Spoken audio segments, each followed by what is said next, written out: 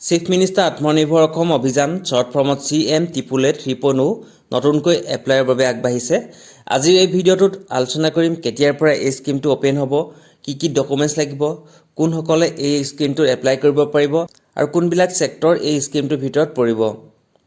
CM 1.0 আৰু 2.0 সফল ৰূপায়ণৰ পাছত অসম চৰকাৰে পুনৰ 3.0 মুকলি কৰিবলৈ আগবাঢ়িছে। এই স্কিমটোৰ বাবে আপোনালোকৰ এলিজিবিলিটি কি লাগিব চাই লওক। প্ৰথমে আপুনি অসমৰ বাসিন্দা হ'ব লাগিব আৰু আপোনাৰ বয়স 28 বছৰৰ পৰা 45 বছৰৰ ভিতৰত হ'ব লাগিব আৰু এটা পৰিয়ালত যিকোনো এজনহে বেনিফিচিয়াৰী হ'ব।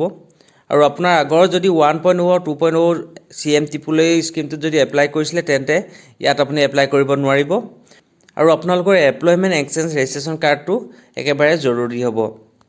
আৰু এই স্কিমটোৰ কাৰণে আপোনালোকৰ এডুকেশ্যন কোৱালিফিকেশ্যন কিমান লাগিব চাওক। জেনেৰেল কেটেগৰীসকলৰ কাৰণে মিনিমাম 10 পাছ হ'ব লাগিব আৰু OBC, SC আৰু ST কেটেগৰীসকলৰ কাৰণে ক্লাছ 10লৈকে পঢ়া হ'ব লাগিব।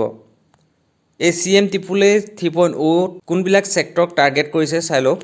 Agriculture and horticulture, dairy, poultry, goatery, piggery, fisheries, packaging and stationery, readymade garments, hardware and fabrication, wood based industries, bamboo, rubber, agar plantation, service based self employment, small local manufacturing units, এইবিলাক ছেক্টৰক target কৰা হৈছে।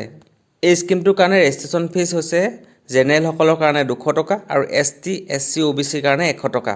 এইকেইটা এক্সপেক্টেডহে, কাৰণ যোৱা যিটো 1.0, 2.0 আপোনালোকৰ fees দিয়া আছিল সেইটোৰ ওপৰত এক্সপেক্ট কৰি পিনি এই ফিজটো কোৱা হৈছে।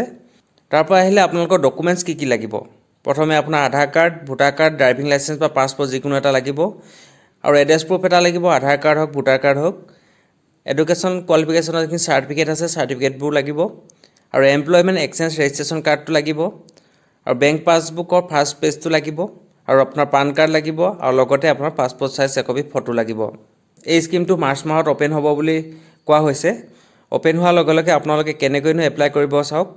প্ৰথমে আপুনি যিকোনো মোবাইল বা কম্পিউটাৰৰ ক্ৰোম ব্ৰাউজাৰত cm3.assam.gov.in বুলি টাইপ কৰি চাৰ্চ কৰিব।